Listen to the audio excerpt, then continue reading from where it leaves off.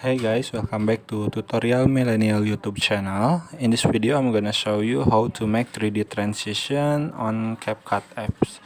First, open the Capcut, and then you can click new project and add two similar photos, and then you can click the transition, find slide, and select cube. You can adjust the duration over here, but I don't.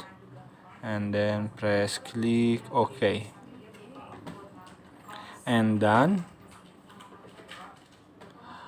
I hope this tutorial was helpful for you guys. Don't forget to like, comment, share, and also subscribe to this channel.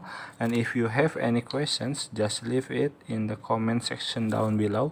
Thank you so much for watching, and see you on the next video.